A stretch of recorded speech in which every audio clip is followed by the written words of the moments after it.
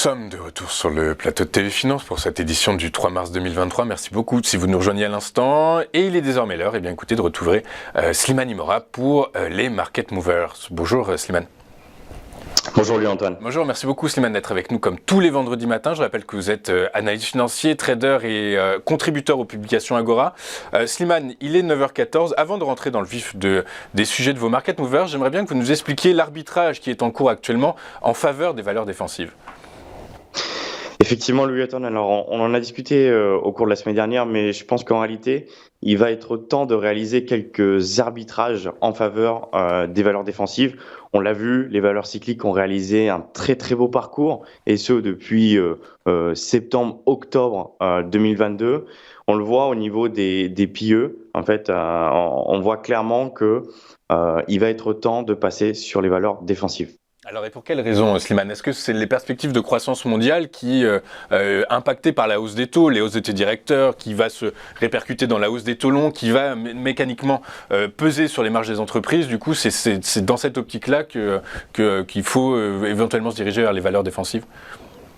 Tout à fait, dans cette optique-là, et puis lorsqu'on regarde les PE, on voit que les valeurs cycliques sont beaucoup plus chères d'un point de vue historique que les valeurs défensives. Et je pense qu'en réalité, ça serait un arbitrage qui, pour moi, pourrait tenir la route.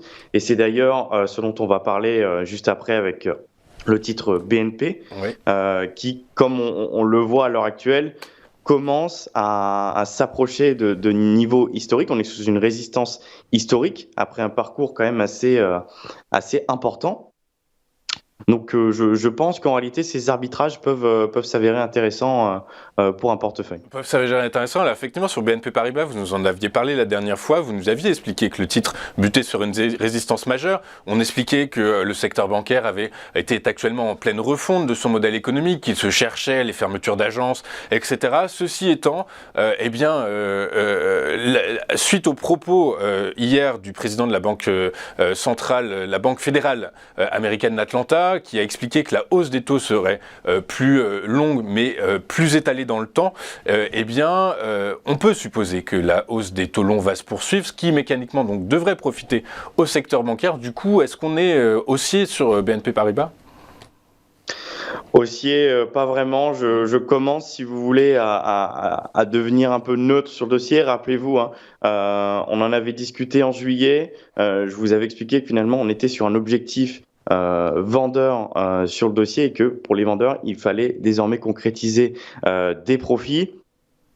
Vous voyez, moi, si vous voulez, j'aime bien me positionner sur des dossiers lorsque je peux avoir un risk-reward qui peut s'avérer intéressant. Sur BNP, à l'heure actuelle, je n'en ai pas.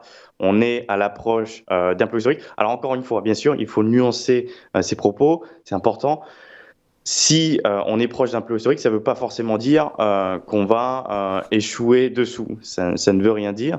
On a effectivement des chances de le casser, mais encore une fois, je préférerais attendre un repli à court terme de l'ordre de 5-10% sur ce type de dossier avant éventuellement de m'y positionner. On a un beau parcours quand même de plus de 70%, donc je pense effectivement que ça peut être intéressant de concrétiser quelques profits, et ça, c'est valable pour moi sur toutes les valeurs cycliques aujourd'hui.